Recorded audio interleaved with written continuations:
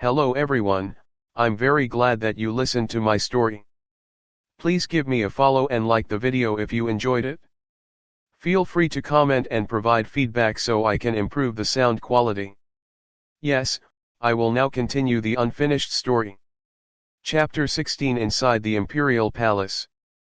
The outline of the Imperial City was slowly getting bigger in their eyes as the carriage was slowly getting closer and closer.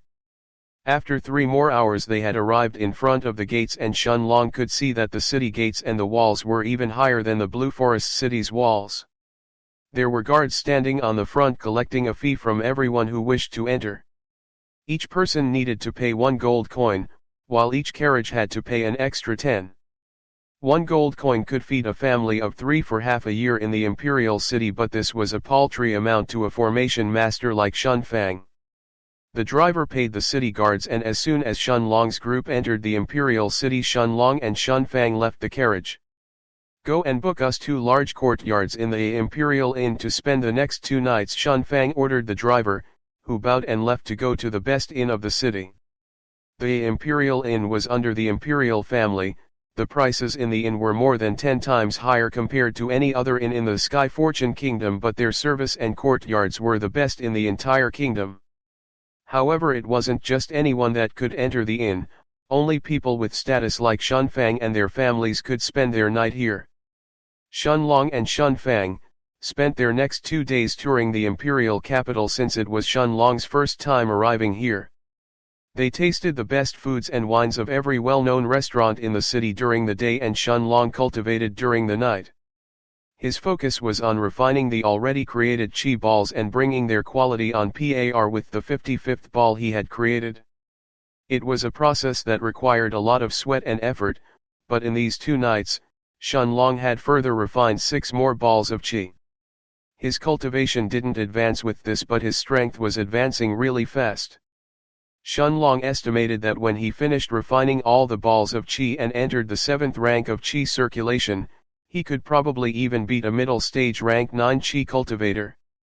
The morning came as the sun slowly rose from the east and revealed a city that was bustling since very early in the morning. The guards were on tight alert around the perimeter of the palace. Commoners and nobles alike would all have to wait outside today, as special guests from a famous sect had arrived for a selection test to choose outer disciples for their section. Only the young people who met their listed qualifications were allowed to enter the Imperial Palace today. Shun Fang and Shun Long arrived in front of the entrance of the Imperial Palace, where a guard stopped them and said, "Unless you are participating in the selection process, entry in the Imperial Palace is forbidden." It looked like he had already said that line more than 100 times today.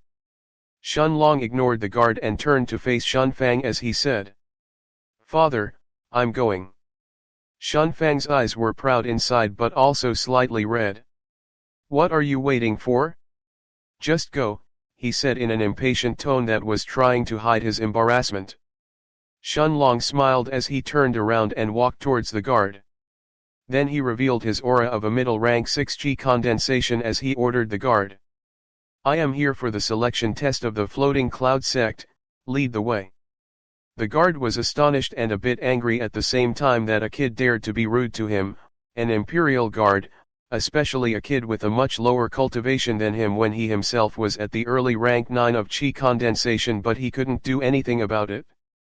The orders were that anyone who wished to participate in the selection process and met the requirements of the floating cloud sect, had to be brought to the palace hall. The guard brought Shun Long inside the palace, and from there through a mass of complicated corridors, they went straight to the palace hall. On the way, Shun Long could see plenty of other guards, making it obvious that the security was very tight today.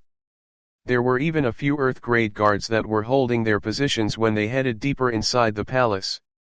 When Shun Long and the guard finally reached the end of the corridor, the guard said in an impatient tone, "Here, at the end of this corridor is the palace hall. I am not allowed inside, so I'm returning to my post." Shun Long ignored the guard for the second time today, who felt as if he had just swallowed a fly. "How is this kid so hateful?" he thought as he turned to return to his post. Shun Long arrived at the end of the corridor and pushed open the large door in front of him. 21 young men and women were in the room in front of Shun Long. The room was decorated with many jewels and stones, golden tables, and luxurious chairs along with many couches and sofas. When Shun Long entered, all the young men and women inside turned their eyes to look at him. Most of these people seemed younger than 20 years old, but there were also a few that seemed older than 20. Shun Long then heard a familiar voice speaking to him. "Wow, little brother Shun, I didn't think that we would meet here." A smiling young man dressed in white approached Shun Long. Shun Long's blue robes and his handsome face, along with the young man dressed in white, created a scene so dazzling that made all the young ladies in the room blush. Shun Long turned around and saw Lu Wen smiling at him. Lu Wen walked towards Shun Long's side and patted his shoulder as he said, "Ha ha ha, who would believe it that in such a short amount of time you would advance so much, this is practically unbelievable." Then he whispered and asked, "Is it because of the pill that expert gave you?" Lu Wen knew that although he couldn't sense Shun Long's cultivation, he must definitely be at the 6th stage of the qi condensation, or he couldn't enter the palace. In reality, Lu Wen was an arrogant person deep inside, but he had benefited a lot from the cauldron that Shun Fang had gifted him back at the Shun estate, so his opinion of the Shun family was especially good. Lu Wen's mindset was actually extremely simple: if you help me then I treat you as a friend, but if you don't expect me to give you any face, after all I'm a talented grade 2 alchemist. And that's why he was so warm towards Shun Long this time. Shun Long nodded at Lu Wen, and as they were both ready to find a place to sit, the voice of an unfamiliar man that was oozing hatred came from behind them. "So you are Shun Long." Chapter 17 Infuriating Words. Shun Long and Lu Wen turned around only to see a relatively handsome young man in red clothes walking towards them. This man had a frosty look in his eyes as he stared at Shun Long threateningly, and if looks alone could kill, Shun Long would have probably died once or twice by now. A young woman in a flowery dress was walking by this young man's side. Although this woman was pretty, her practically flat chest was unique in this entire room. "Master Lu, greetings to you," the young man said as he cupped his hands at Lu Wen. "Today I have some personal matters to settle with this punk, and I hope that Master Lu won't intervene. My Marquis estate will definitely not forget this favor." Lu Wen directly ignored Xiao Shitu, the second son of the Xiao Marquis, and turned to ask Shun Long, "Do you need my help, little brother?" Xiao Shitu, furious that Lu Wen had disregarded him when he himself was so polite to him, begun to gnash his teeth in anger, but in the end he couldn't do anything about it. Although his father was a marquis, he couldn't do anything against a talented alchemist like Lu Wen, especially now that he was about to leave the Sky Fortune Kingdom and enter the Floating Cloud sect. Shun Long waved his hand at Lu Wen, indicating that he doesn't need any help. Was this a joke?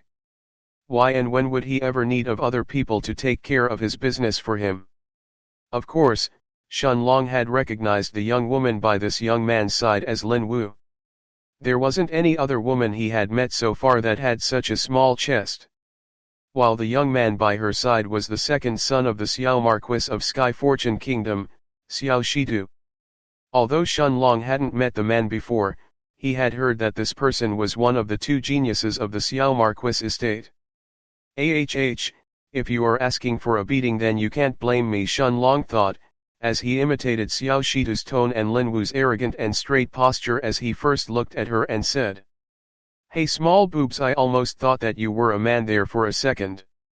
You really did come to participate, but I heard that the Floating Cloud sect doesn't accept people below the 6th stage of qi condensation," Shun Long said puzzledly. He then paused for a while as if he was pondering something, and then with a shocked expression on his face, he shakingly pointed his hand at Lin Wu and asked in a tone full of disbelief, "Why you don't tell me you are here to apply to become a female dog in the Floating Cloud sect? You bitch. That's too immoral." Lu Wen couldn't help himself as he spat out a mouthful of wine that had just entered his mouth. The rest of the people inside the hall who had heard this couldn't keep a straight face and hurriedly tried to suppress their laughter, leaving behind loud muffled sounds. Most of these people already knew Xiao Shitu and didn't want to offend him over nothing, But that scene was just too comical for them.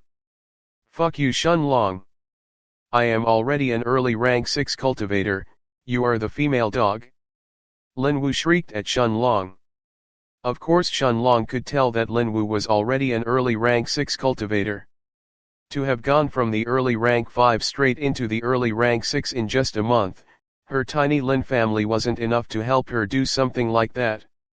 She must have definitely consumed some high-level pills, and judging from how she was walking side by side with Xiao Shitu in the hall, it wasn't hard to imagine who the person that had helped her was. Just as Xiao Shitu pointed at Shunlong and was about to curse at him, Shunlong instantly turned his eyes to look at him as he said, "Now what should I do about you, you leftover eater?" Shunlong then shook his head as he looked at Xiao Shitu with a pitiful gaze and continued. "You are obviously the son of a marquis, but you are chasing behind and trying to eat my leftovers. Ah, how pitiful. Don't you know that this young master only throws away food that's spoiled? Why would I throw it away if it was anything good?" Tisk tisk tisk. Shunlong clicked his tongue as he shook his head while looking at Xiao Shitu with a face as if he was looking at a beggar. Even the most common people of Sky Fortune Kingdom knew about Shunlong, shamefully divorcing Linwu before they completed their engagement, so saying that Xiao Shitu was chasing about his leftovers implied that he had already eaten something but it was bad inside and he ended up throwing it away, insulting both Xiao Shitu and Linwu in one sentence. People in the hall tried to suppress their laughter again, but this time it was even harder than before, as it came one slap in the face right after the other. "Shunlong, you fucker, shut your mouth. Everyone knows that nothing happened between you and Linwu." Xiao Shitu's and Linwu's eyes were red, unknown if it was from shame, anger, or both. Xiao Shitu couldn't hold himself back anymore as he roared. "Today you will apologize to Linwu on your knees in front of everyone here and admit that nothing has ever happened between you two, or I will break both your arms and legs and send you crawling back to your home. Now choose before I end up choosing for you, or you won't like the end result." Xiao Shitu then unleashed his aura of a rank 6 peak chi cultivator. Oh!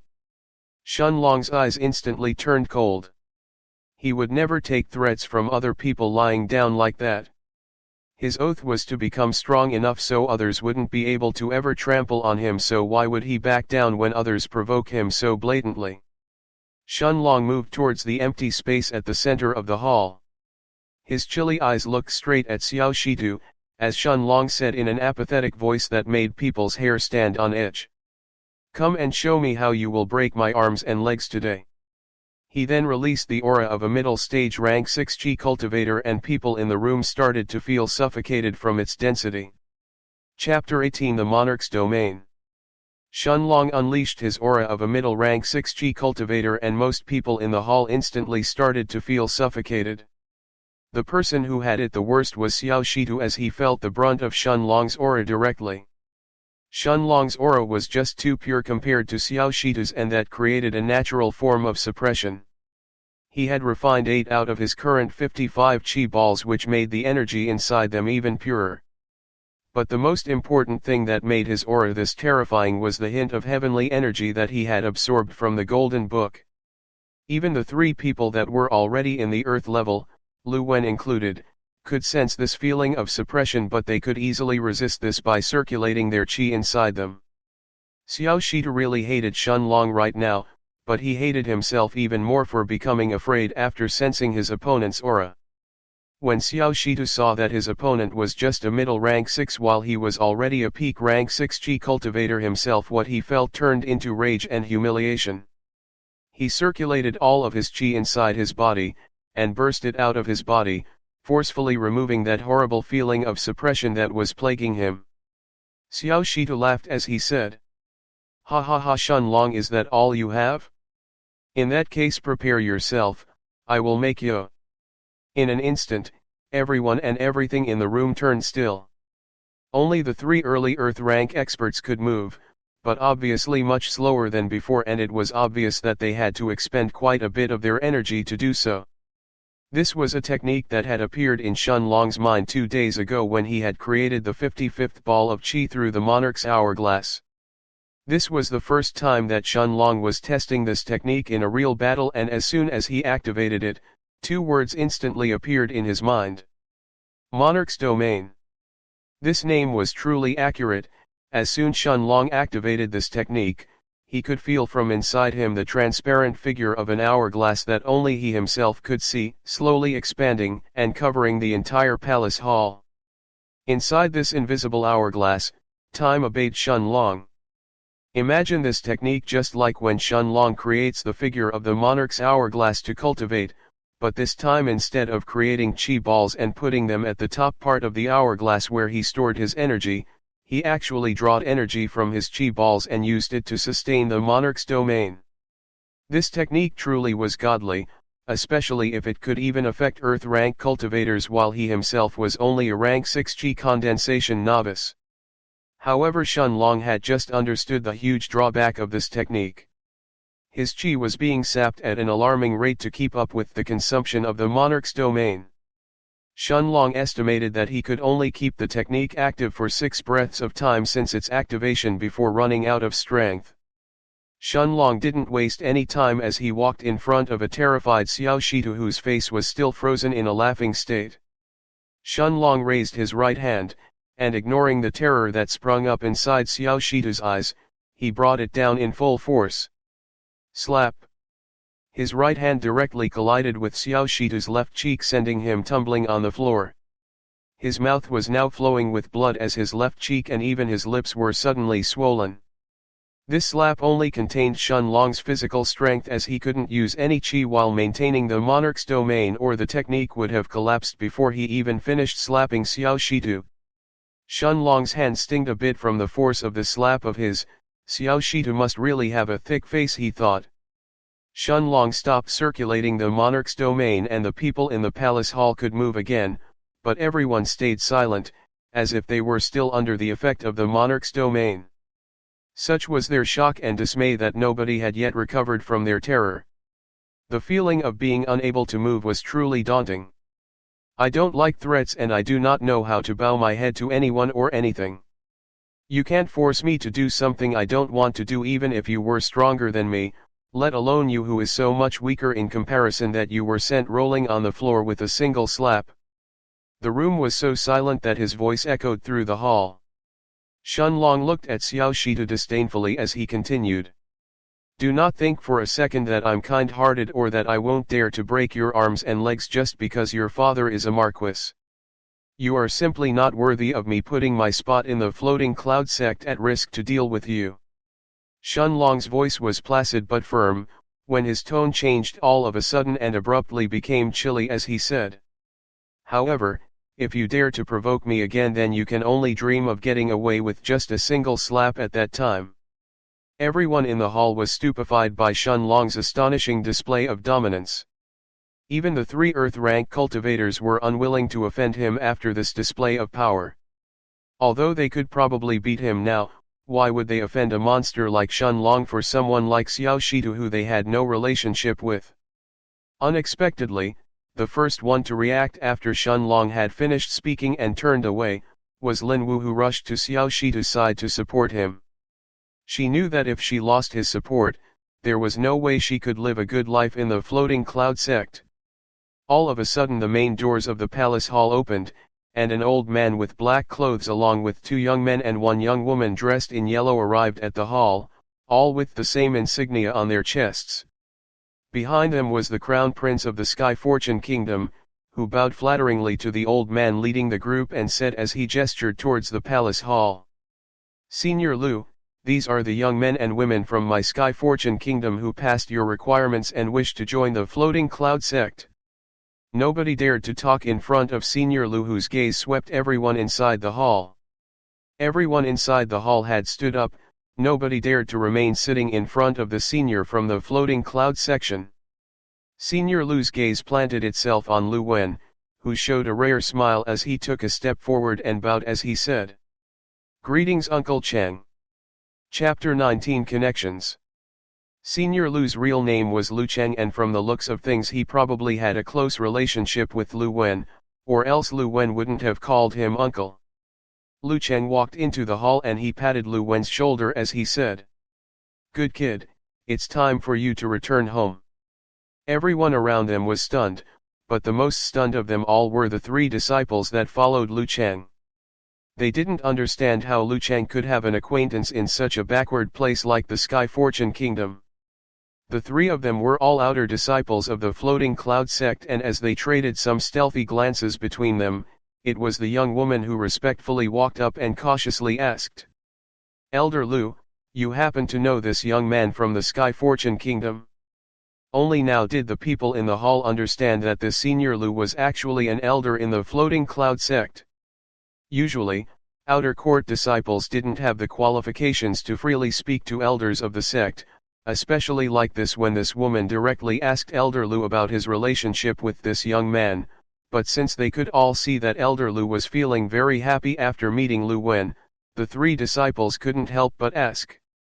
Elder Lu then proudly puffed his chest as he said to them, "Haha, this is Lu Chang's nephew, Lu Wen." Elder Lu's words were spoken proudly, but the 3 disciples following behind him were even more shocked as this young man seemed to have a direct blood relation with Elder Lu. They quickly walked forward while cupping their hands and slightly bowing as they said, "Greetings, senior brother Lu." Lu Wen nodded his head at them and then said to Lu Chang, "Uncle, this is a talented brother I am very fond of, his name is Shun Long." As Lu Wen introduced Shun Long to Elder Lu, Lu Chang couldn't help himself but take a few more glances at the young man beside his nephew. He wasn't near the hall earlier, so he hadn't observed Shun Long's fight with Xiao Shitu, or he would have already started paying attention to him even without Lu Wen's mention. Shun Long cupped his fist as he said, "Greetings, Elder Lu." Lu Chang laughed as he patted Shun Long's shoulder and said, "Good kid. If you need anything when you enter the sect, you can directly come find me. Since Wenner has a good relationship with you, you don't have to be so polite with me." The faces of 3 people instantly sported different expressions when Elder Lu finished speaking. Xiao Shitu and Lin Wu's faces instantly turned pale while the Crown Prince's face had slowly turned green. The Crown Prince already knew that there was a talented alchemist named Lu Wen in Blue Forest City, but he never paid any attention to the matter. If he knew that this alchemist had a relationship with an elder of the Floating Cloud sect, he would have definitely done everything he could to build a good relationship with him. But now it was already too late for that, as Lu Wen was already leaving the Sky Fortune Kingdom. Although Lu Chang said that Shun Long could directly come and find him if he needed anything after they entered the Floating Cloud sect, Shun Long didn't really take it to heart. He knew that Lu Chang was only acting cordial towards him because of Lu Wen, or else there was no way for Lu Chang, who had never even met Shun Long before, to be so warm towards him. Shun Long himself wasn't planning to count on others' help to get a good and comfortable life in the Floating Cloud sect. Nevertheless, he cupped his hands again at Elder Lu as he said, "Many thanks to Elder Lu." Elder Lu nodded and then turned his head, scanning the rest of the people in the hall almost as if he was inspecting them before saying, "To be honest with you all, your batch is average among the batches that enter the sect this year.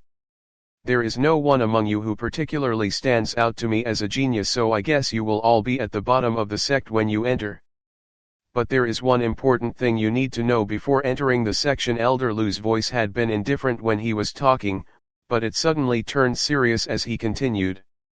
"Those of you who decide to enter the sect, be warned, no one is allowed to leave the sect by themselves until you have reached the late stages of the Earth grade, with the only exception being that you have formally accepted a sect mission. This is an ironclad rule of the sect, and with the exception of undergoing missions, disciples aren't allowed to leave the section. Now those of you who still wish to enter the sect, take a step forward. Remember, the Floating Cloud sect won't force you to join, but if you do join it, you have to follow the sect rules." The first to take a step forward was Lu Wen, who already knew the rules beforehand. Surprisingly, almost at the same time as Lu Wen, Shun Long and Xiao Shitu also took a step forward. In the end, all the disciples here took a step forward as they had all decided to join the Floating Cloud sect. Elder Lu faintly smiled as he nodded and said, "Good, then all of you can come outside the palace, it's time to leave." "Elder, How are we going to reach the floating cloud sect? A young man with short spiky hair and a knife on his waist couldn't help asking the question that most people here were also pondering. After all, they had 24 people here and most of them had some kind of luggage with them. If you also counted Elder Lu and the 3 disciples with him, they were 28 people. How were they going to travel to the floating cloud sect? Elder Lu didn't answer, but the 3 disciples in yellow robes that had come along with Elder Lu all sniggered as they said, "Country bumpkin." The young man's face reddened, but when they arrived at the palace gardens, his mouth along with everyone else's that were in the palace hall before with him, were all wide open. A huge red bird over 20 meters 66 feet long was sleeping on the ground inside the palace gardens. Elder Lu ignored everyone's stunned gazes as he walked towards the huge bird and petted it gently on the head before saying, "This is our ride to the floating cloud sect. All of you, get on." Chapter 20 Shocking Secrets. "All of you, get on," Elder Lu said, and although these kids were a bit afraid of sitting on such a big beast, eventually everyone climbed on top of it. When everyone was finally on it, Elder Lu patted the bird's head as he said, "Let's go." The bird's eyes snapped open as a terrifying pressure crushed on the people inside the royal palace of the Sky Fortune Kingdom. The bird then stretched open its giant wings of a wingspan more than 45 meters 147 feet, and as it flapped them, strong gusts of air hit the ground and blew away everyone in its perimeter that had dared to stand underneath it. Elder Lu was standing atop the bird's head as he explained to these soon-to-be disciples of his sect. "This is a red-winged condor, a rank 3 magic beast. It can even fight head-on against a heaven-grade expert, so its power is truly terrifying." The people sitting atop the condor were startled. A rank 3 magic beast? Nobody had ever seen one in the Sky Fortune Kingdom. Even if there was any, it was probably deep inside the Blue Forest if anywhere, but no one had ever seen it or at least lived to tell the tale of it. The condor didn't fly in a straight line but instead kept flying higher and higher. These kids had never reached such an altitude before in their lives, and most of them could feel their legs trembling atop the condor's back. Elder Lu looked at these kids and said, "All of you can be considered as outer sect disciples of my floating cloud sect now, so I guess I should tell you a few things.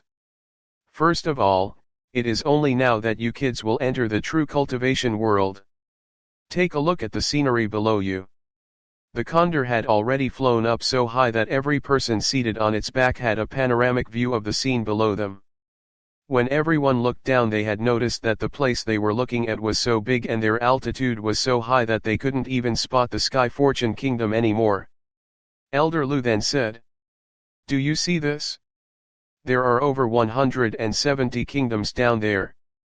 But what you people don't know is that these are only mortal kingdoms." This number astonished everyone from the Sky Fortune Kingdom. Their own kingdom was already so big, and they were now being told that there were more than 170 other kingdoms on par with their own Sky Fortune Kingdom. Their minds couldn't accept this shocking revelation that easily. "Elder, what do you mean by mortal kingdoms?" This time it was a short girl with an immature face and her hair fixed in a ponytail who asked this question. "It means that these kingdoms of yours are mainly comprised of mortals who haven't even embarked on the path of cultivation. This entire continent that you think your kingdom is on, is in reality just a tiny mortal island in the face of my floating cloud sect." If these people were shocked before, when they learned that there were 170 more kingdoms on this continent, then this time they were truly speechless.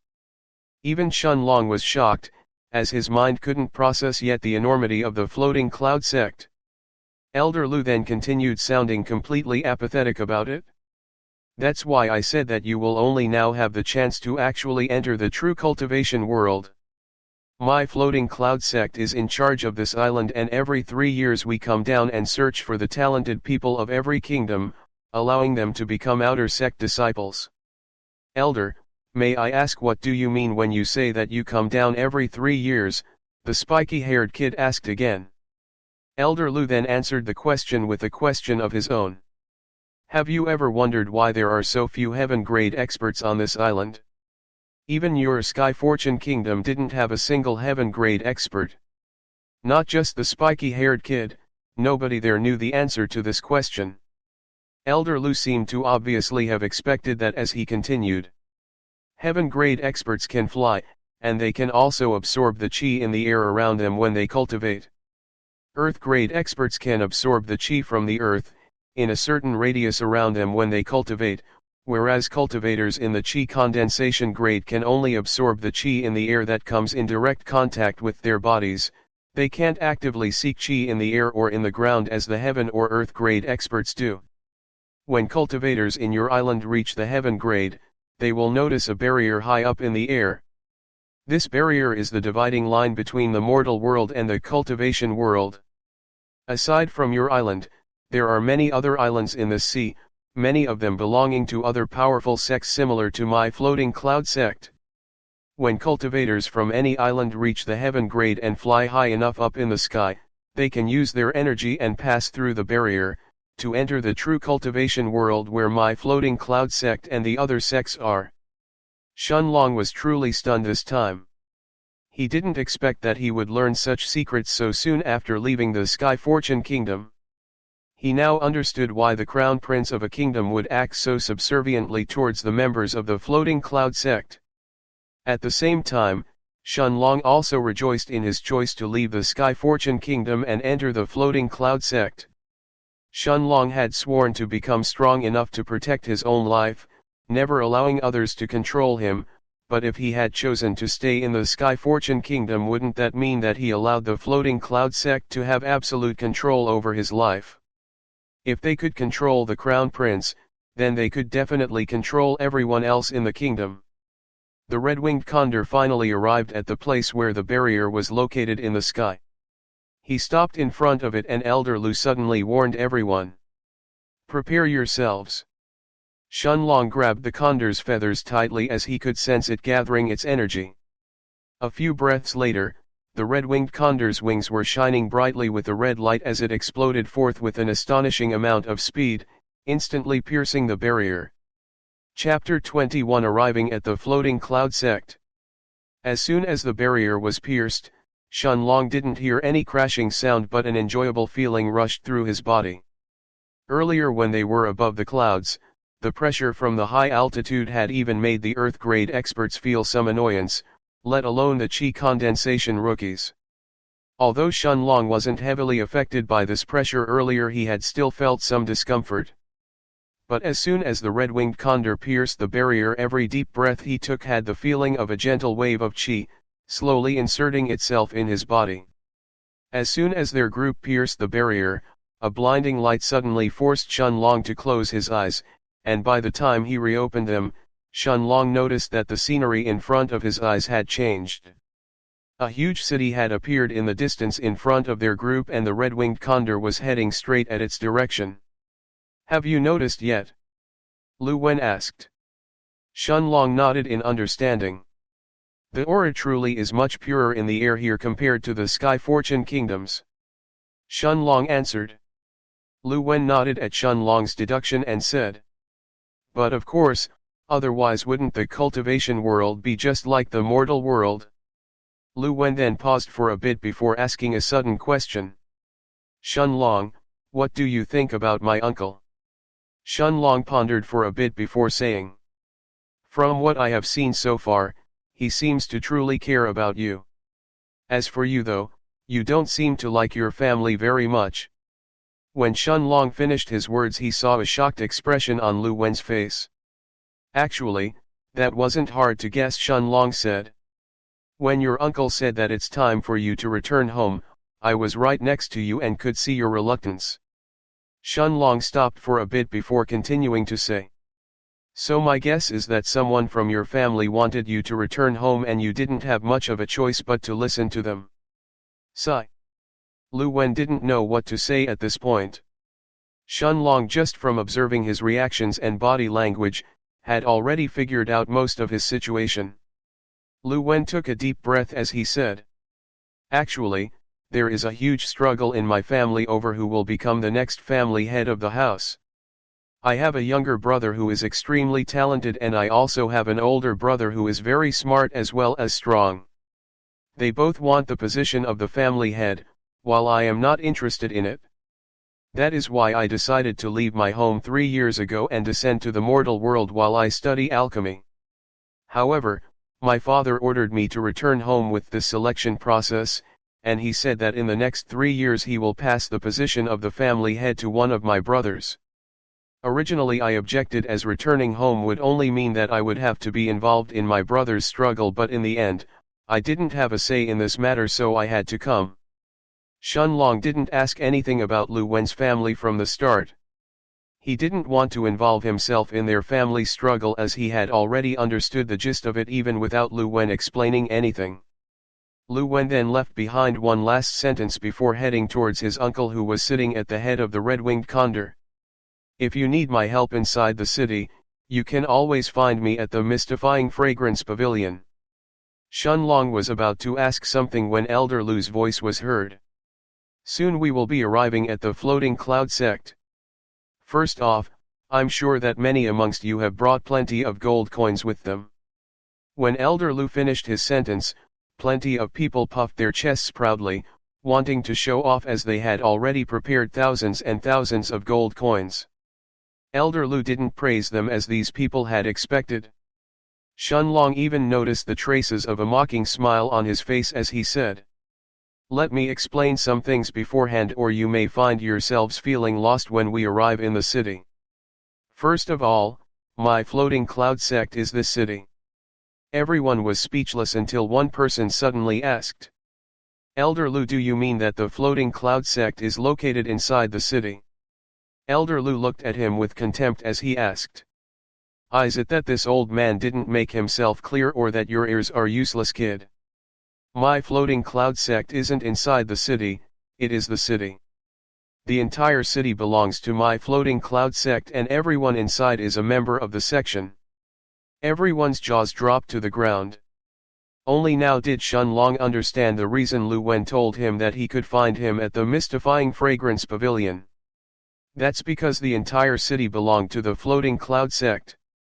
Elder Lu continued, "Everything inside my floating cloud sect can only be bought using sect points. You can obtain sect points by doing missions for the sect, helping other disciples, or conducting transactions with others directly. When you enter the city, each of you will be given a sect-identifying jade. This jade has two main uses. Firstly, it is the symbol of your identity as a disciple of the floating cloud sect, and at the same time, it is also the place where your sect points are stored. Each person's sect-identifying jade can only be used by themselves. If you lose yours, then even if others find it, they won't be able to take your sect points from it." Elder Lu continued, and with a mocking smile he said, "As for all of you who have brought thousands of gold coins with you, did you think that gold has any value to a cultivator? Disciples can use sect points to obtain resources, techniques, skills, or even to eat and drink. What value would gold have in such a scenario?" Only now did Shunlong understand why his father had insisted on him making connections in the Sky Fortune Kingdom before entering the sect. It was for him to get acquainted with the rest of the people entering the sect from the Sky Fortune Kingdom, so they could help each other when they are inside. Nobody said anything to refute Elder Lu, as they all knew he was right. Shunlong then thought, "This old man is right. Did these people think that the others in the floating cloud sect wouldn't have any gold themselves? However, this is a good opportunity. There should be plenty of ways for me to gather sect points inside. Perhaps, I can even try out my skills as an alchemist." While Shunlong was lost in thought, thinking of the best way to gather sect points for himself, Elder Lu's shout interrupted him as he said, "Prepare yourselves, we have arrived in the floating cloud sect." Chapter 22, How to Get Sect Points. The red-winged condor landed in front of the city gates, and Elder Lu turned to look at the people beside him as he said, "Follow me, we will go and get your sect robes as well as your sect-identifying jades." Shunlong and the rest got off the red-winged condor, who let out a screech as it flew up and slowly disappeared in the horizon. Shunlong and his group followed Elder Lu, who walked through the city gates. On the way, they saw countless disciples in yellow robes. The city itself looked to be even bigger than the imperial city of the Sky Fortune Kingdom and even more bustling as well. Actually, just from the island that you kids came from, every 3 years my floating cloud sect recruits almost 60,000 outer disciples. Every disciple with average talent will usually take approximately 30 to 40 years to reach the late levels of the Earth grade. And unless these disciples particularly stand out in some way, then until and if there comes a day where they can reach the heaven grade in order for the sect to give them the chance to become sect elders, they can only stay as outer disciples until then, even if they are at the peak of the Earth grade. And that's just the disciples that came from the same island as you. Overall, the sect has more than 1 million outer disciples.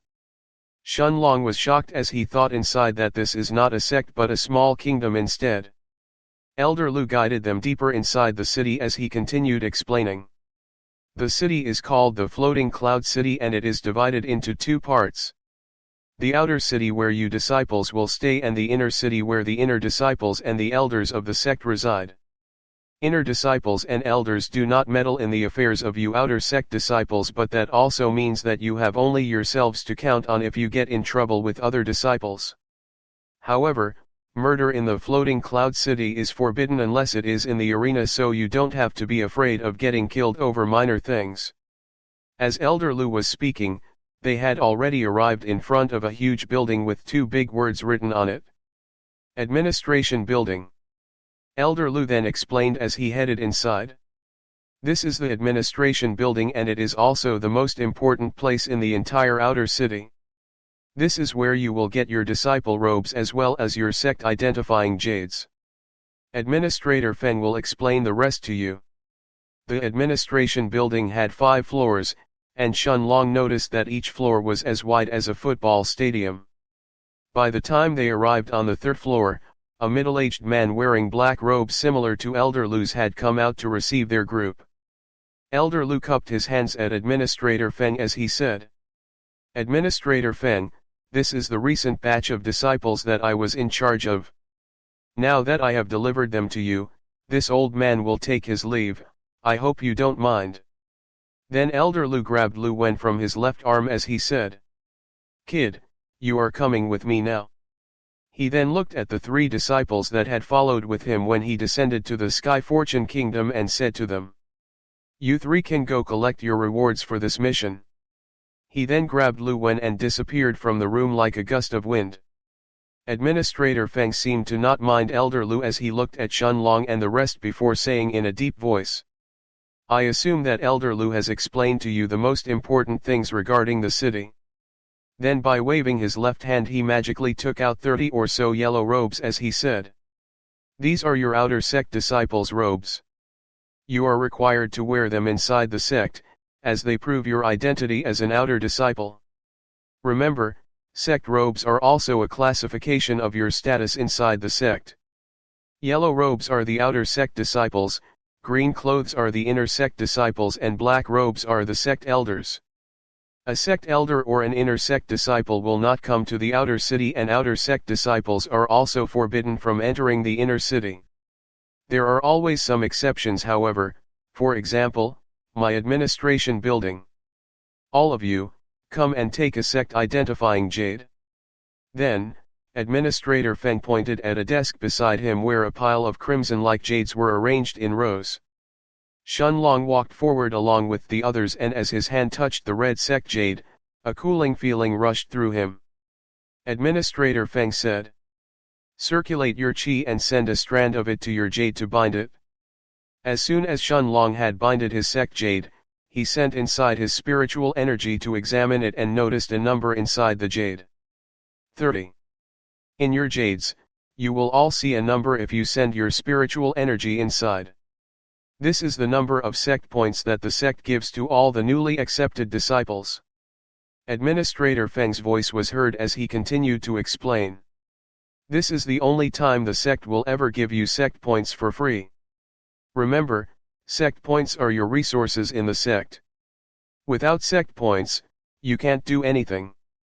Administrator, how can we get more sect points? A young man dressed in golden robes asked. This was one of the disciples who was feeling the most sulky in the group, as he had already prepared thousands of gold coins but they had turned out to be useless. The most important thing for these young people was to get more sect points and get more things from the section. When Administrator Feng heard this question, he had a crafty smile on his face as he answered. There are 4 different ways to get sect points inside the section. Chapter 23 Alchemist's Guild. There are 4 different ways to get sect points. The first and safest way would be to become a miner for the sect. There are many outer disciples who decide to work at the spirit stone mines of our sect. The sect will pay you 50 sect points a month for you to help us mine spirit stones. Of course, there is a quota you need to meet when mining, so those who work harder than others can also obtain more sect points at the end of the month.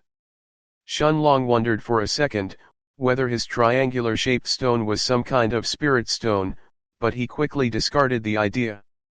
This stone has a special space inside it that I can enter to cultivate the Monarch's hourglass, and it has also integrated itself in my spiritual space. I doubt it is anything even remotely similar to a spirit stone, Shunlong thought. Administrator Feng, we have never heard of spirit stones before, said a disciple with a shining bald head and a burly physique. Right, I forgot that there are almost no spirit stones on the island where you all came from. Administrator Feng said, and then he took out a glistening white stone in the shape of a rhombus as he showed it to these disciples and said, Spirit stones are stones that are full of pure chi which cultivators at the heaven grade and above can absorb to aid their cultivation. So what do you think, children? Do you want to work in the spirit stone mines? You can get up to 100 sect points in a month if you work really hard.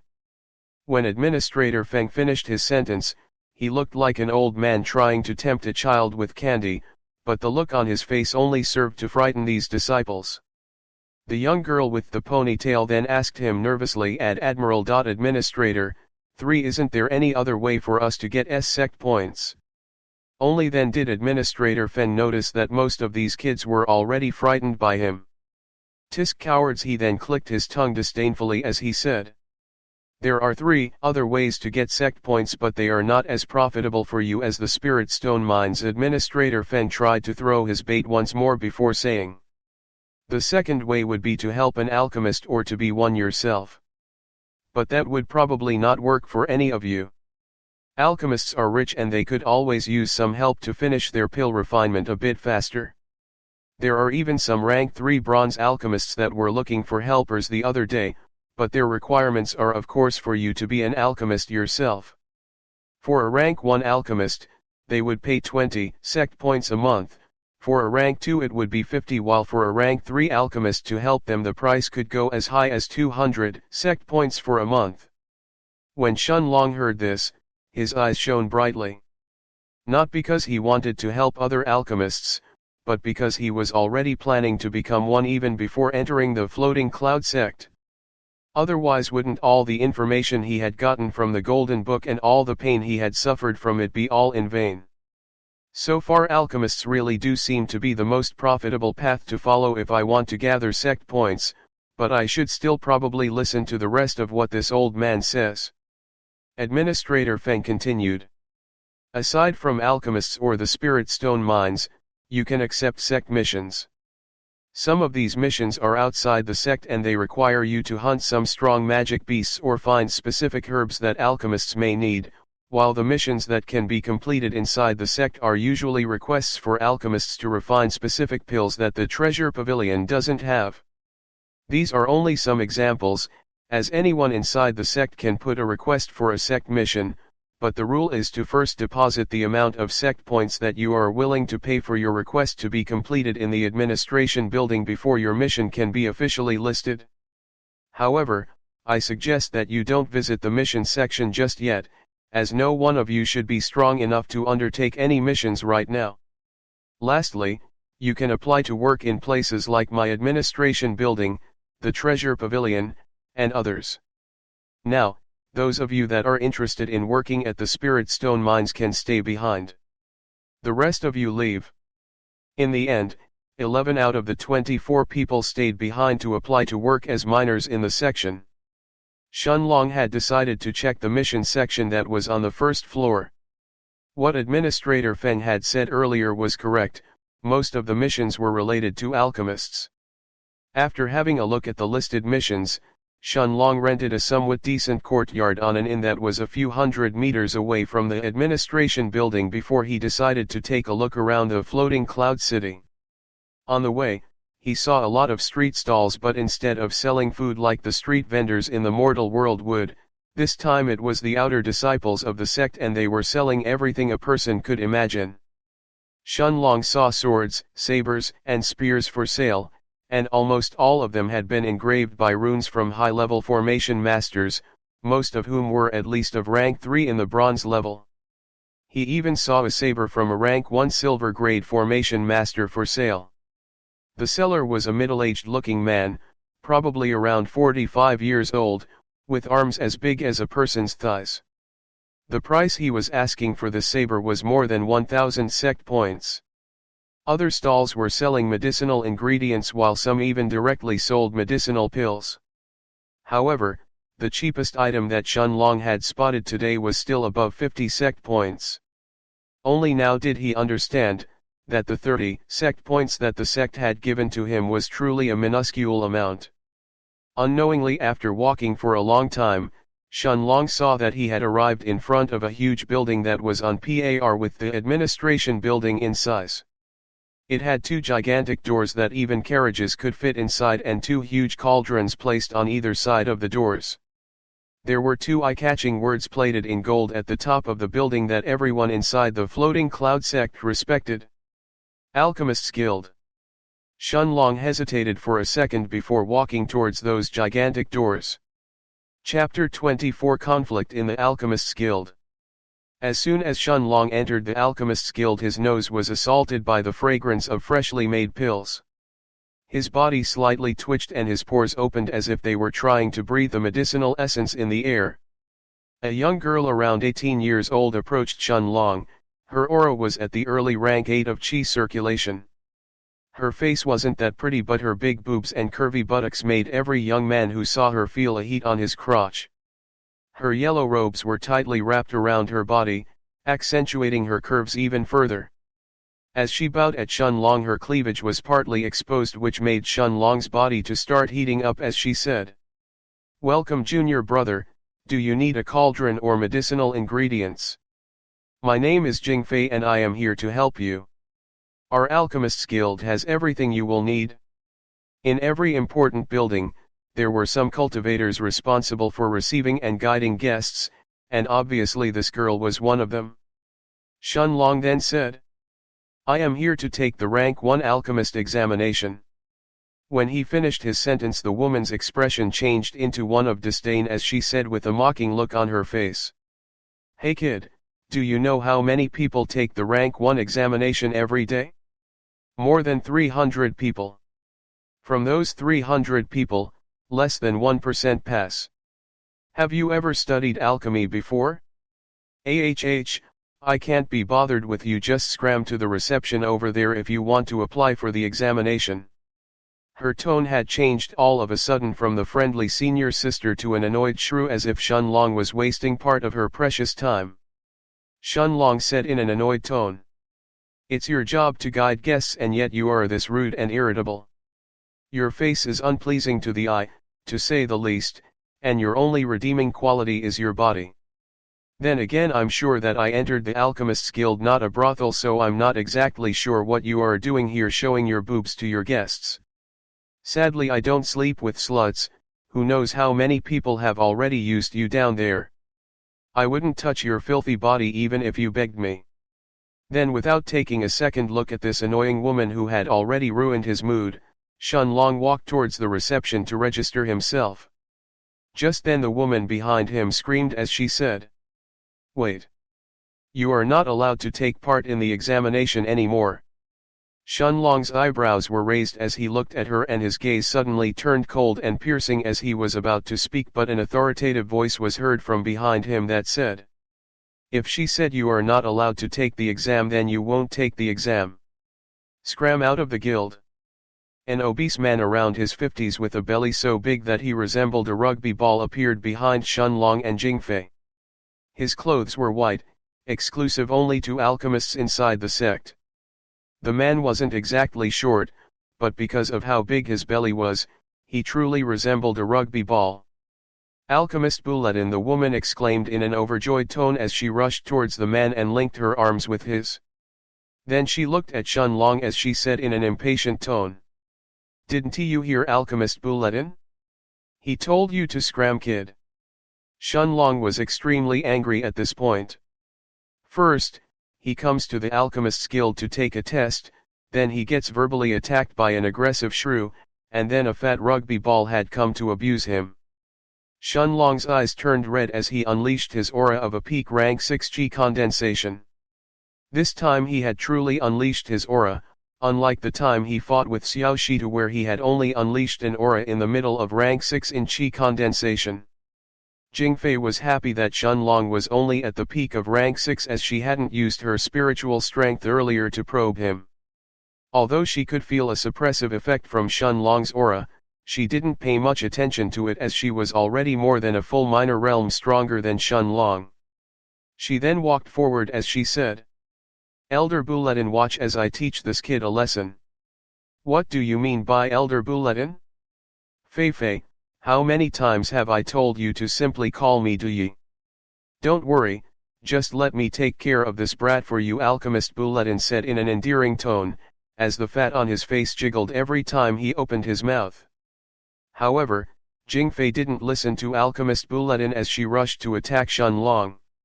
She already knew what Buledin Duyi wanted if he were to help her, and she wasn't willing to pay that price just to handle a small rank 6G condensation rookie. However, Jingfei had really underestimated Shunlong.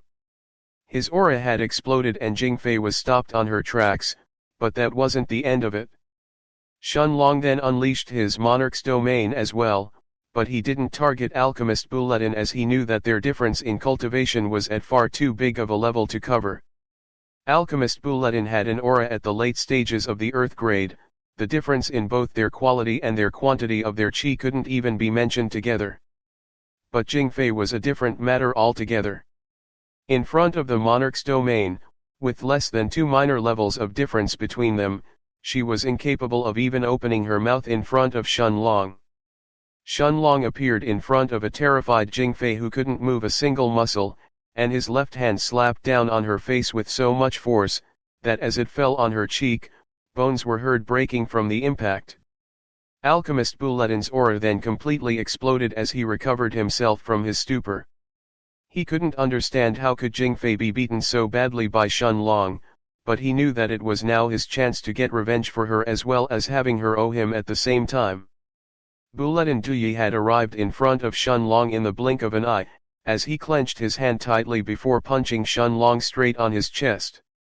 Shunlong's body flew backwards as it collided with the wall behind him, before vomiting a mouthful of blood. Chapter 25 Sudden Changes. Shunlong could feel his insides shaking as he crashed on the wall and fragments flew around it collapsed. His sternum had nearly caved in from that punch as he spat another mouthful of blood before exerting all the power he had left in his body to stand up from inside the debris. Shunlong could feel inside him a power that was rapidly healing his injuries, however at the same time, his chi was being depleted at an astonishing rate. Buledin Duyi was startled. "How are you still alive?" he asked, the astonishment evident in his voice. Buledin Duyi's aura made it obvious that he had already reached the early rank 9 of the Earth grade. Shunlong surviving a punch from him and still being able to stand after that was already nothing short of a miracle. "Kill him!" a shrill voice was suddenly heard from behind Buledin Duyi. Jingfei had appeared behind him, the entire right side of her face had now turned similar to a pig's, red and swollen from Shunlong's slap.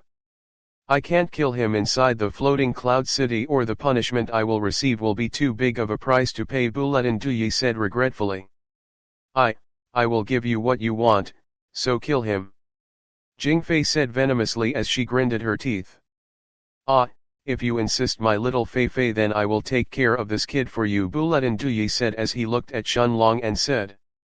"Kid, blame your own bad luck for meeting me today and offending my little Fei Fei. Shunlong's mind was filled with endless anger as well as a feeling of powerlessness. He had left the Sky Fortune Kingdom to become stronger so that he can protect his own life, but in the end, he was just a few steps away from death after just one day in the Floating Cloud sect. His mind suddenly shook, as both the triangular-shaped stone and the golden book buzzed simultaneously. Out of nowhere, a silver-white page had appeared in his spiritual space. This page's appearance was just like the one that had sucked him inside the golden book, but the aura it was exuding was millions of times greater than that of Buletin Duyi's. If Buletin Duyi was a tiny ant crawling on the ground, then this silver-white page was a divine dragon soaring the skies. Shunlong could instantly feel that his mind was connected with this silver-white page, and he was sure that if he were to take it out of his spiritual space, he could definitely kill Buletin Duyi in one shot. The triangular-shaped stone, however, was still buzzing inside his spiritual space. The pressure coming from it even overshadowed the golden book and the silver-white page that had just appeared. Buletin Duyi was slowly walking towards Shunlong, trying to torture him with anxiety. What Buletin Duyi most wanted to see was the expression of despair on Shunlong's face before he killed him. Shunlong understood what Buletin Duyi was trying to do, and he thought inside, "What a shameless old man, he first wants me to feel despair before killing me. Well, if you want to be that vicious, then you better watch how I play you to death today. Even if I have to flee from the Floating Cloud sect, I can't just sit and die like this." Shunlong then put on an expression full of fear on his face, as Buletin Duyi came closer and closer. As long as he was close enough to him, Shunlong was sure that he could slash him with the silver-white page, even if Buletin Duyi was a rank 9 Earth-grade cultivator. What is going on here? An old man with a white long beard had arrived at the Alchemist's Guild doors and asked in an authoritative voice full of displeasure. This old man was dressed in silver robes, and there was a silver badge of a tiny cauldron on his chest with 1 star embedded on it. Buletin Duyi's face instantly changed as he walked fawningly over to the old man's side and said respectfully, "Senior Li, what a pleasant Sir pair. Stop the boot-licking, Buletin Duyi, I asked you what happened here." Buletin Duyi's face twitched, and while his expression didn't change, his eyes turned cold inside. However, he instantly suppressed that feeling as he answered, "Senior Li, it was all this kid's fault. This kid has disrupted the peace and quiet inside the Alchemist's Guild, so I asked him to leave, but he refused. Thus I had no choice but to teach him a lesson. I hope that you will forgive me." The old man snorted as he looked around, his eyes instantly falling on the female receptionist. He walked over as he asked her what had happened, with a stern expression on his face. Buletin Duyi tried to give a threatening glare to the receptionist, but as soon as Senior Li turned to look at him, he instantly felt his heart turning cold. "Fuck, if this bitch doesn't keep her mouth shut, I'll be in trouble later." The receptionist didn't dare to lie in front of Senior Li. After all, there were plenty of other people here that had seen what happened earlier, and if any of them were to step forth and tell the truth, even her life could be in trouble then. When Senior Li heard from the receptionist what had happened, he turned his head to look at Buletin Duyi and Jingfei threateningly. "How dare you lie in front of Senior Li, you insolent waste! You deserve death." Buletin Duyi rushed over at the receptionist, but before his palm could strike her, Buletin Duyi felt a heavy feeling on his waist. Senior Li's foot had already landed on him from the side, and Buletin Duyi's fat body was sent flying as he destroyed a very thick wall. Senior Li didn't even turn to look at Buletin Duyi, whose eyes were closed as his body was twitching, while his white robes had turned gray from the dust. Instead, he turned his head to look at Jingfei, who abruptly started trembling as she heard Senior Li's next words. "I'll deal with you two later." Then he turned his head to look at Shunlong as he said in a cold voice, "As for you, although you were partially the victim here, you are too cruel and your mouth is too poisonous. You spat curses at an employee of our Alchemist's Guild. Although I won't ask you for any compensation about the broken walls or the trouble you have caused, you are hereby forbidden from entering the Alchemist's Guild in the Floating Cloud City ever again. Shunlong's eyes instantly turned frosty as he looked at this disgusting old man, who was trying to cover his subordinates' wrongdoings even at this time. Ha ha ha ha. However, just then, sudden melodious laughter was heard from a corner of the room, drawing everyone's attention. Chapter 26 Liu Ming. Just then, sudden melodious laughter was heard from a corner of the room, drawing everyone's attention. An enchantingly beautiful woman was standing there, painting a picturesque scene. Her flawless face had left both men and women in the room dazed. Her breathtaking black eyes resembled the starry night while her perfect red lips were simply mesmerizing. She wore long green robes that indicated her status as an inner disciple in the section. Shunlong had never seen a woman more beautiful than her in his life. Even though celebrities from my past life couldn't compare with this woman in front of me, he thought while he was looking at her peerlessly beautiful face when a voice suddenly woke him up. Hey, what are you all looking at? The voice was full of displeasure as it reverberated inside the room, coming from behind this peerlessly beautiful woman. Shunlong then noticed another pretty woman in green robes, standing even further behind in the corner. It was this woman who had spoken just now. This woman may be slightly lacking in terms of appearance if I were to compare her with the peerlessly beautiful girl beside her, but to be honest, she is also a great beauty as well, Shunlong thought as his gaze turned to examine this girl too. Senior sister, look, now everyone is looking at us apparently. This peerless beauty was the senior sister while the other beauty standing closer to the corner earlier was the junior sister. Nobody knew what method these two girls had used to conceal themselves inside the room. Otherwise, with their extraordinary appearances, it would be impossible for people to not have noticed them. So what if they are looking at us? I didn't expect that the Alchemist's Guild in our floating cloud city to only be at this level. How dare you! Bulletin Duyi, who had only just recovered from Senior Li Wei's kick on his waist, and was enraged as he heard what this girl had just said. She directly implied that there was something wrong with the Alchemist's Guild and Bulletin Duyi wouldn't allow them to expose him like that when even Senior Li Wei had covered for him earlier today. But contrary to all expectations, it was Li Wei who had cut off his words, by sending a heavy slap at his face.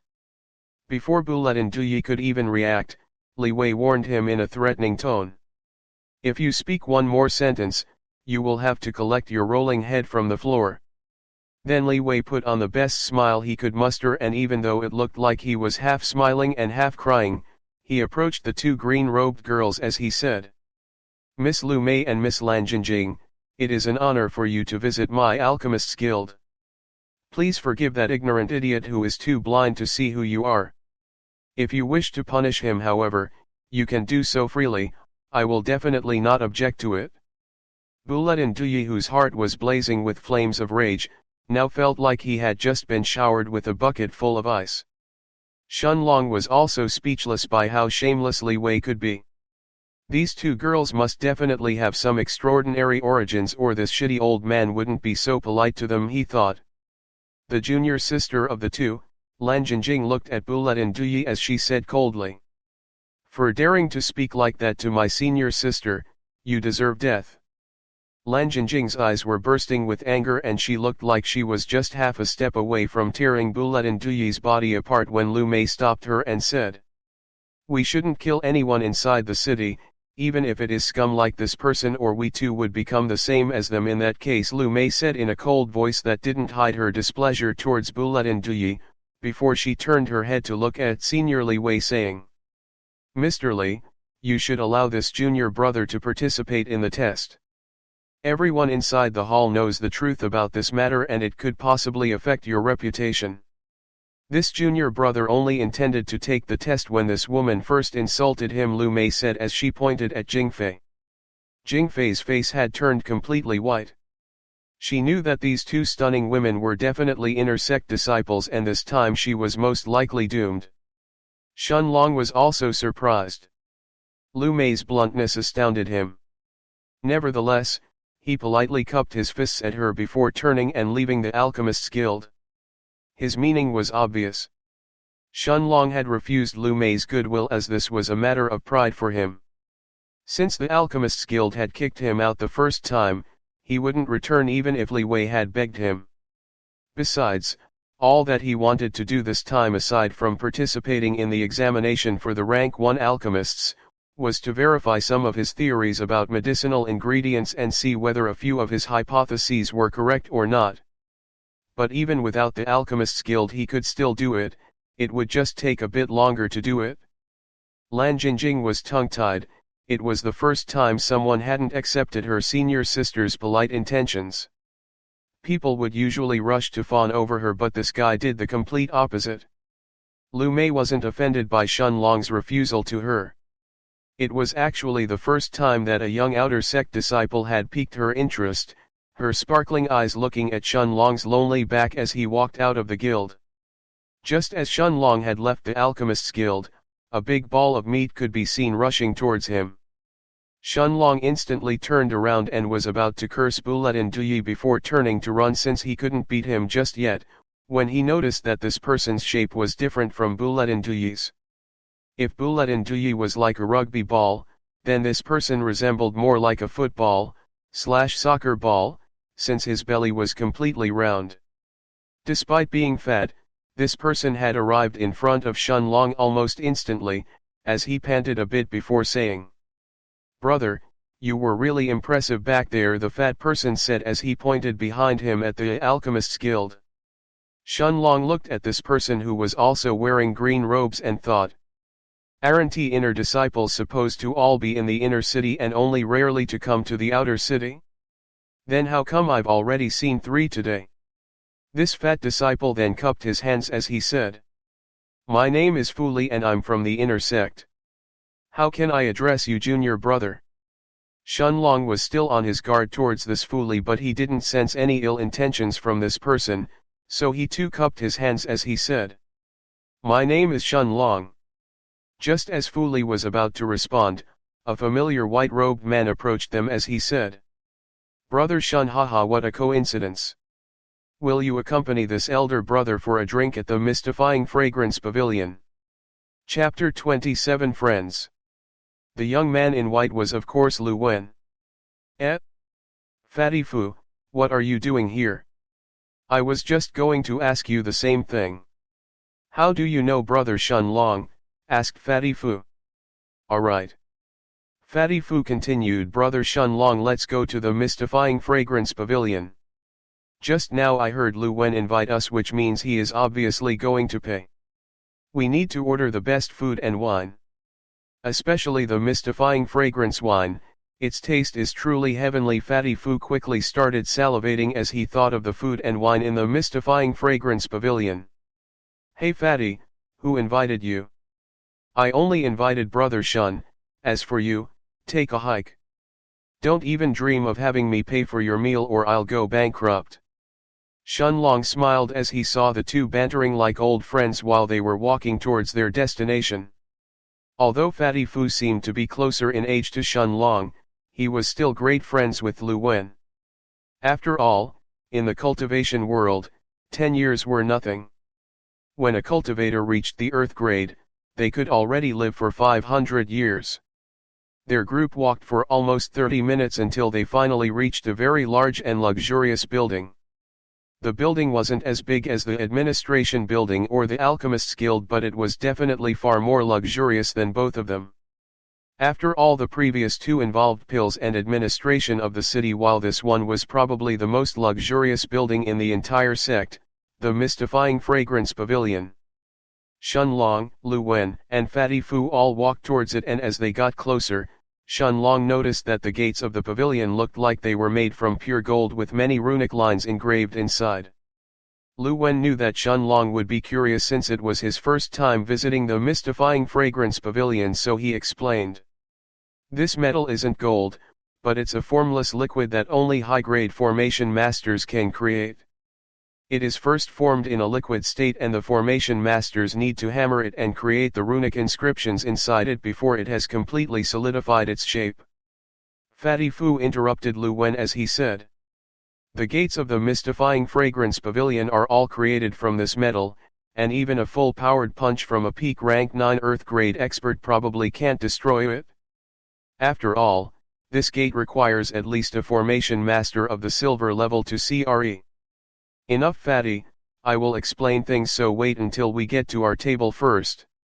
Their group had already reached the mystifying fragrance pavilion, but Fatty hadn't noticed it and had kept blabbering.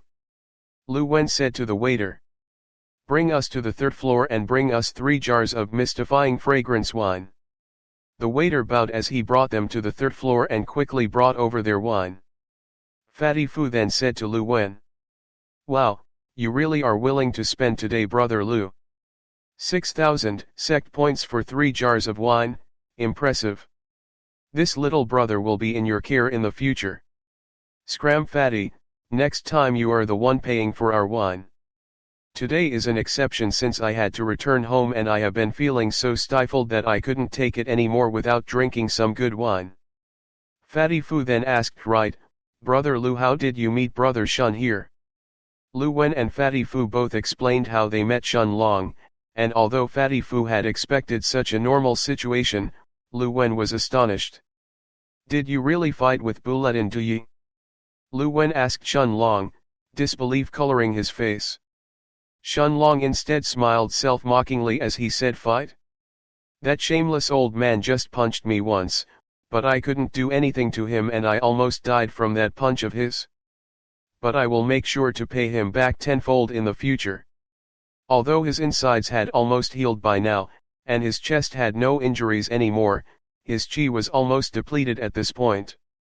Shun Long, however, was shocked because even now, the triangular-shaped stone still hadn't stopped buzzing inside his spiritual space. That is still unbelievable. How could a rank 6 condensation rookie survive a punch from a late Earth stage cultivator? This is a miracle, brother Shun, you are truly amazing, Lu Wen said as he cupped his fists in respect to Shun Long's feet before they all opened their jars of wine to drink. As they were all drinking, the atmosphere in the table became even friendlier, and at this point, the 3 of them really regarded each other as true friends. After all, there was an old saying in the cultivation world: men become acquaintances after meeting each other, they become friends after drinking with each other, and they become true brothers after sharing life and death with each other. Lu Wen then asked Shun Long curiously, "Right, brother Shun, why did you go to the guild? I remember that you only started cultivating less than 2 months ago. Could it be that you are interested in studying alchemy? What did you say?" Now it was Fatty's turn to be astonished, as Shun Long needed less than 2 months to reach his current level. "Ha ha ha, my, Fu Li's brother is a genius that needed less than 2 months to reach the peak of rank 6 in Qi condensation? Brother, you have to come and meet my grandfather. If he knew that I have a brother who advanced so fast in his cultivation, perhaps he wouldn't beat me every time he saw me before telling me to go cultivate harder." Fatty Fu thought for a bit before saying, "Yes, that's it. It's not my fault that I am not progressing fast enough in my cultivation, it's just that I'm not a genius." Chapter 28, Another Alternative. Shun Long and Lu Wen looked at the fatty and both laughed at the same time, before Shun Long responded to Lu Wen. "Actually, I need some books to practice alchemy. Although I have learned a few theories already, I still need to expand my horizons. That's why I was at the guild intending to take the examination to become a rank 1 alchemist." Lu Wen then said, "I can give you my own books both for rank 1 and rank 2 alchemists. I don't need them anymore, and hopefully, I will soon become a rank 3 alchemist. I have already learned all that I needed to from these books, therefore the only thing that is currently hindering me from becoming a rank 3 alchemist is my cultivation realm." This was the first time that Shun Long had heard something like that. So one needs to advance their own cultivation to advance in ranks as an alchemist? Shun Long asked curiously. "It's not that you have to advance realms necessarily, but it's more like, that you can't advance as an alchemist unless you advance in your own realm first." Lu Wen's answer was puzzling and didn't make a lot of sense, so he continued explaining. "Alchemists rely on their spiritual strength to refine their pills. But every higher rank pill also requires even more spiritual strength from the alchemist in order to succeed in the refinement of the pill. Shunlong seemed to understand where this conversation was headed to as Lu Wen continued.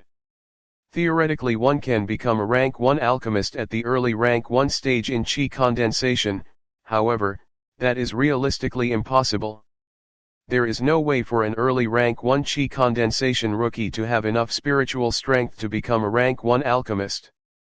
Shunlong understood what Lu Wen was trying to say, and he was feeling extremely joyful inside, as his spiritual strength had already advanced by leaps and bounds after absorbing the heavenly aura from the Golden Book. However, how far he had advanced right now could only be understood when he tried to refine pills himself.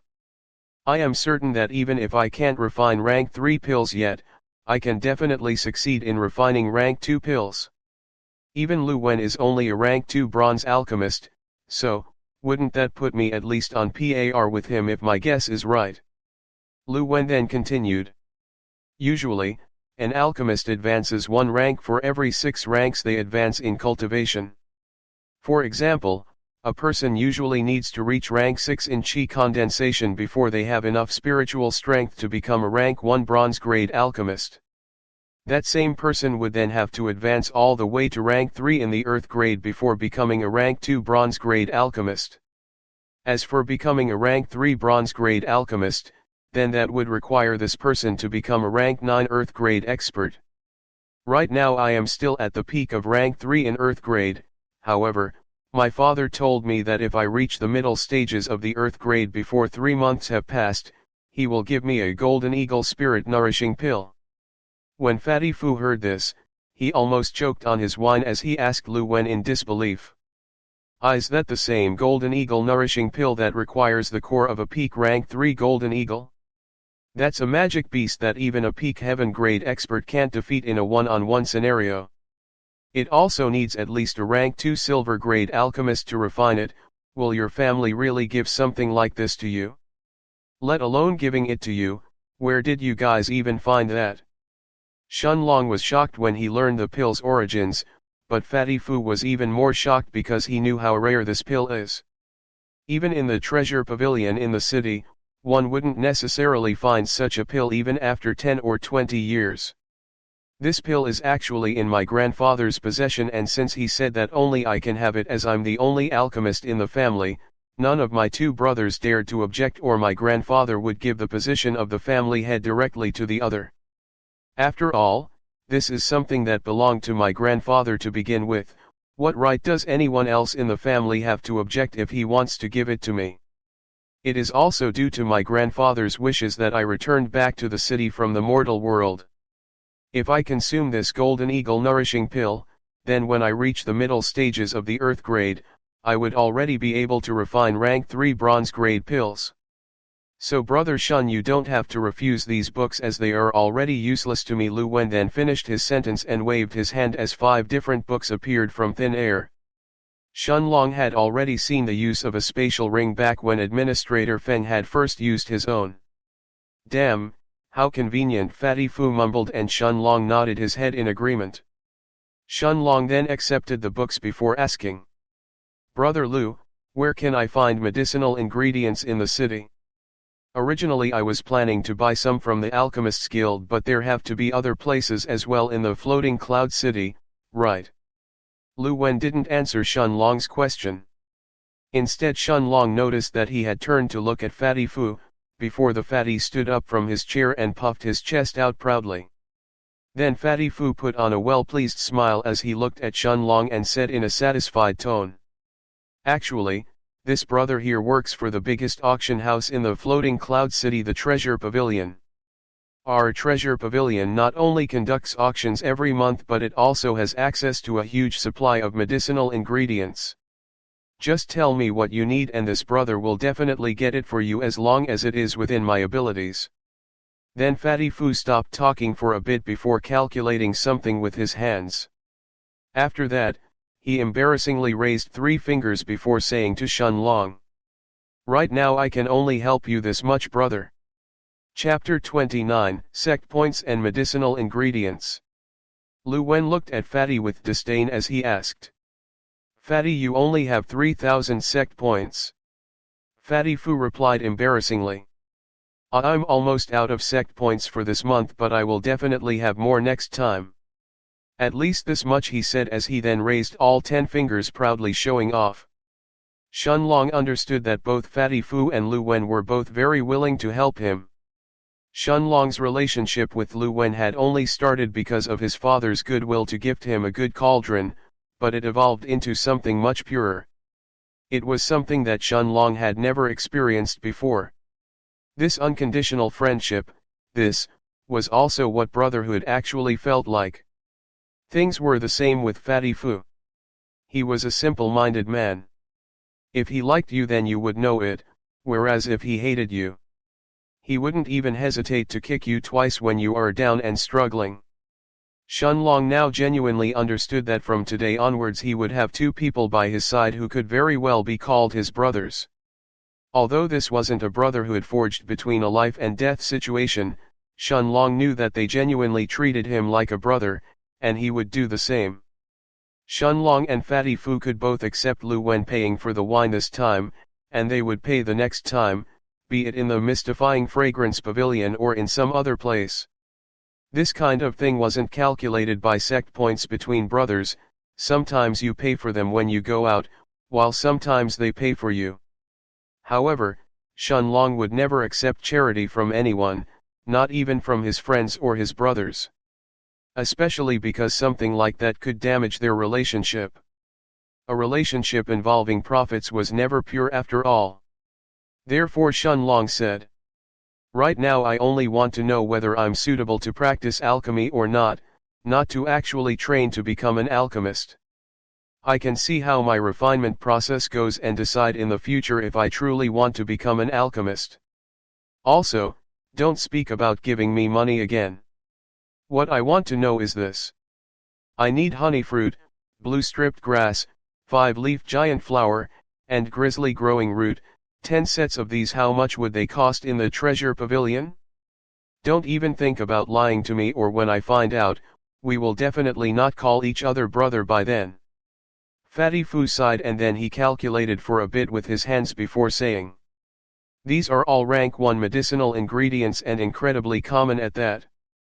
Therefore 10 sets of these would originally cost you 140 sect points. However, if we buy them on my name we will get an extra 40% discount since I'm an employee in the treasure pavilion, which would reduce the overall cost to 84 sect points." Fatty Fu stayed silent for a bit before saying again, "But if you don't try enough times during pill refinement, how will you know whether you are really suited to practice alchemy or not? There is no way you can succeed with such a low amount of medicinal ingredients." Lu Wen also nodded as he had already experienced this firsthand, but they both didn't try to persuade Shunlong further to accept their help as they both understood his thoughts clearly. They too didn't want this brotherhood that they had formed between them to turn into a material relationship. That's why they accepted his decision. Shunlong calculated for a bit before saying, "Then for 3 sets it should be 25.2 sect points, right? There is no 0.2 sect points in the sect. If the number is closer to 10 than to 0, then it is calculated as 1 point. Since 2 is closer to 0, then it is calculated as 0 points, which brings the sum to 25 sect points," Fatty Fu answered. Shunlong thought for a bit before saying, "Then brother, help me buy 3 sets of those ingredients. Here are the 25 points." Shunlong took out his sect identifying jade as he transferred 25 points to Fatty. They all kept drinking merrily for an hour until they had finished their wine and left the mystifying fragrance pavilion. Shunlong had already told Fatty Fu and Lu Wen the name of the inn he was staying at, and Fatty Fu promised him that he would have someone deliver the medicinal ingredients in less than 3 hours. Shunlong decided to stay in his room and read the alchemy books that Lu Wen had given him. Shunlong eventually found some information that he hadn't learned from the Golden Book. So medicinal ingredients are categorized in 9 different grades, and each grade corresponds to each alchemist's ranks and abilities. For example, a rank 1 bronze grade alchemist would only be able to refine pills from rank 1 medicinal ingredients, whereas a rank 1 silver grade alchemist could use medicinal ingredients from anywhere between rank 1 to rank 4 for his concoctions. Shunlong mumbled to himself. Unknowingly almost 3 hours had passed and Shunlong had lost himself into studying, when a voice coming from outside woke him up from his thoughts. This guest, a person from the treasure pavilion, has delivered some goods for you. Shunlong collected the goods from the innkeeper before returning to his room and spacing out for a bit as he looked at the medicinal ingredients in his hands.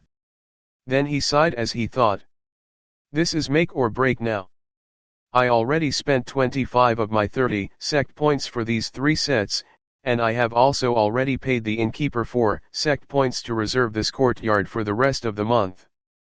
If I fail this gamble, I would probably have to go and work in the mines for at least a month. Although I am absolutely confident that I can do this, I only have these 3 sets of ingredients and I can't afford to waste them.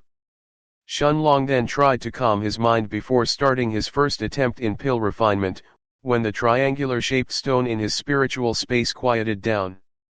His consciousness was once again flooded with images just like it had been in the past before 3 words appeared in Shunlong's mind. The characters were unknown to Shunlong, he had never seen them before, but he could sense an ancient aura from them and Shunlong could understand what these words meant as if their meaning was engraved directly in his soul. Monarch's Eternal Body. Chapter 30 Monarch's Eternal Body. Shunlong instantly understood everything after these images flashed through his mind. The Monarch's Eternal Body was a heaven-defying technique just like the Monarch's Hourglass. However, the Monarch's Eternal Body was completely different from the Monarch's Hourglass. This was a body refinement art. Shunlong had already learned earlier from Liu Wen's books, that there were 2 types of cultivators. Qi cultivators and body cultivators. Qi cultivators gathered qi inside their bodies by circulating their cultivation techniques, whereas body refinement cultivators would refine their bodies instead. When Shunlong had been in the Sky Fortune Kingdom, he hadn't even heard of body cultivators. Body refinement is said to be 100 times more difficult than qi cultivation, thus it had completely disappeared from the mortal world. Despite the higher difficulty though, there were plenty of cultivators who focused on body refinement in the cultivation world. Shunlong had understood from these images in his head, what type of body art the Monarch's Eternal Body was. It was an art that enhanced the body and made the person cultivating in it able to tear space with his bare hands. Shunlong knew that he already had a cultivation technique that could affect time around him, but he was just too weak to properly use it at the moment. Now with a body that could tear through space as well, he wondered. How strong will I become by then? He sat in his room cross-legged as he studied this body refinement art. In the cultivation world, it was unbelievably hard for people to follow a path of both qi and body refinement as they were 2 completely different paths. To become a qi cultivator, the qi you absorbed from nature had to pass through your meridians and circulate through your body, before becoming yours to use. However, the path of body refinement was completely different. The most common way to cultivate in body refining was to train your body for many years, injuring yourself every time before then consuming medicinal pills or taking medicinal baths that could help you recover and strengthen yourself even further. Shunlong though, knew that he couldn't follow this path of body refinement.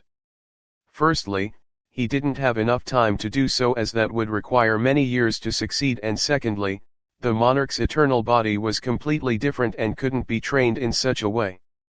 It required Shunlong to refine certain medicinal pills and use the immense energy they contained to destroy and then rebuild his body from the inside. However, every path had its own shortcomings. Although it would be faster for Shunlong to advance in body refinement compared to other body cultivators who have been training their bodies for years, he would have to pay the equivalent price for it. Instead of having your bones, tendons, and internal organs to slowly strengthen themselves like they usually would have during body refinement, the Monarch's Eternal Body would completely crush them before reforming them properly. This was the kind of pain that couldn't be described with just the word excruciating. Shunlong was slightly afraid inside.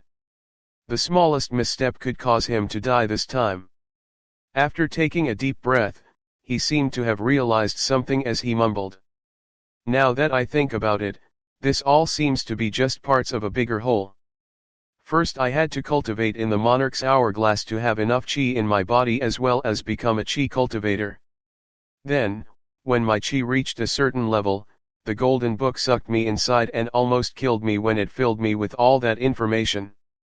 And now that I have the knowledge I need regarding medicinal plants, magic beasts, and the human body, I can cultivate the Monarch's eternal body by refining the pills I need.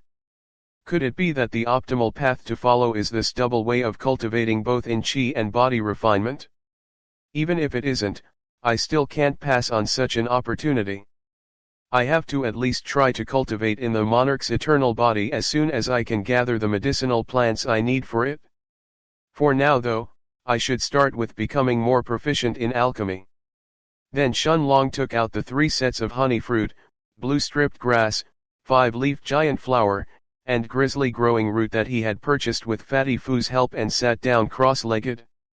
After that, he took out the peak rank 3 bronze grade cauldron that his father had given to him before Shunlong had left the Blue Forest City. Shunlong took a deep breath, his eyes fully focused in front of him as he said, "It's time to start." The first thing he had to do was to turn part of his chi into the fire element and start warming his cauldron. Unless a person had trained specifically in an ice-focused cultivation technique, they should be able to easily turn their chi into fire.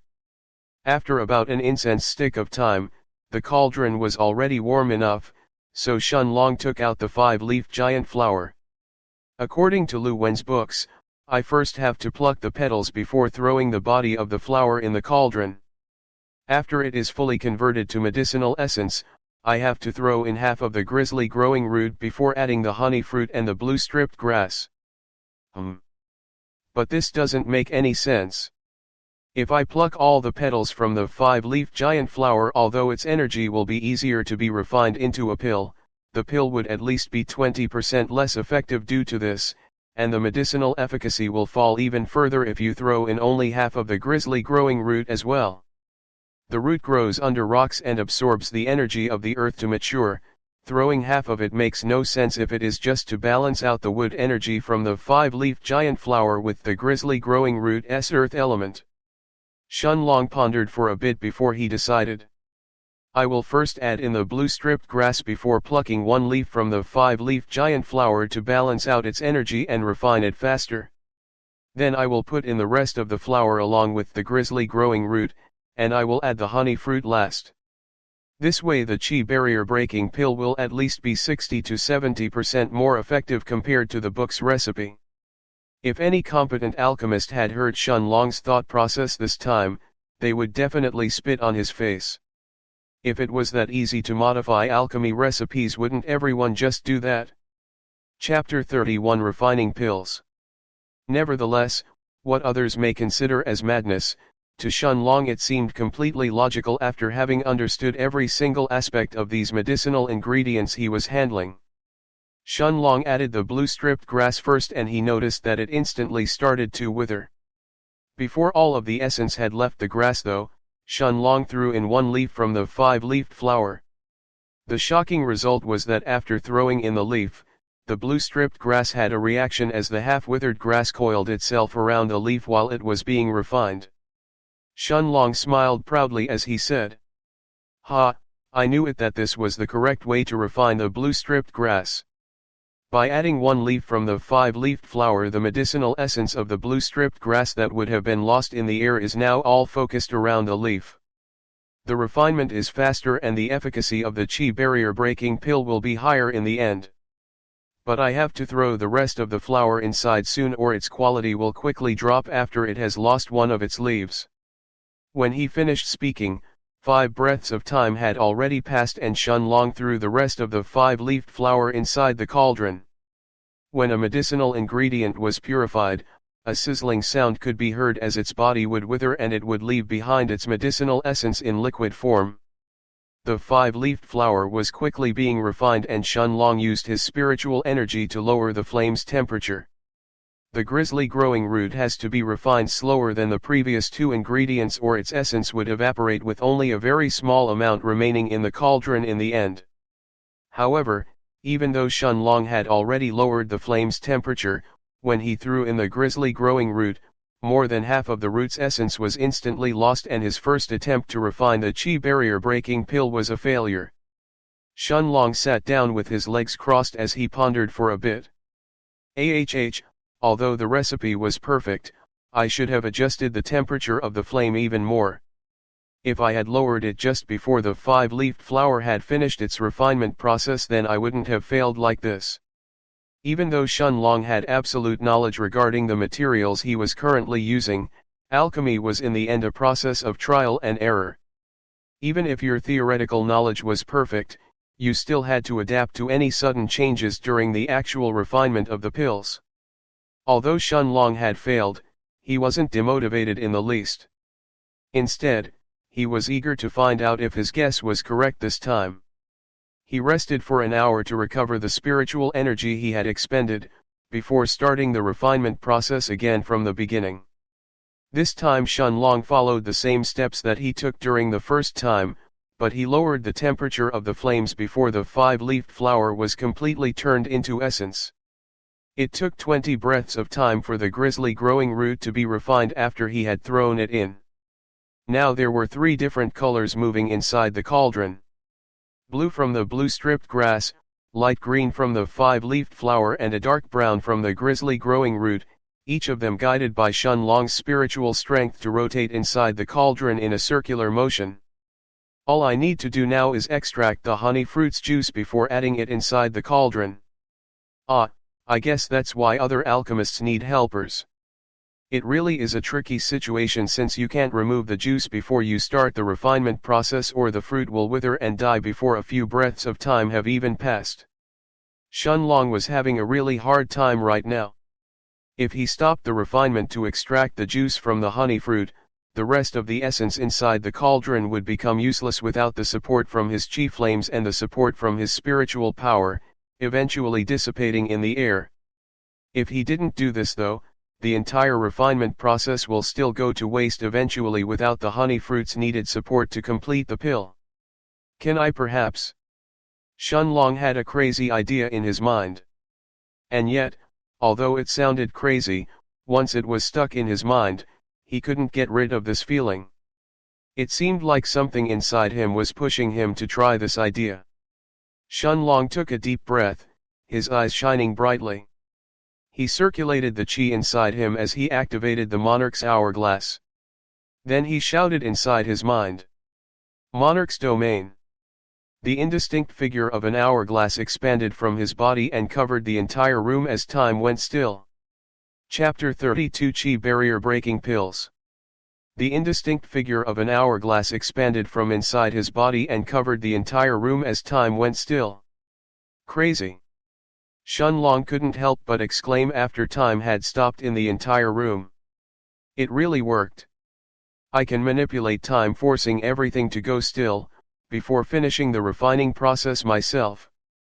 Although Shunlong was inwardly thinking how much of a cheat his Monarch's hourglass technique really is, he didn't lose any time daydreaming as he quickly moved to extract the juice from the honey fruit.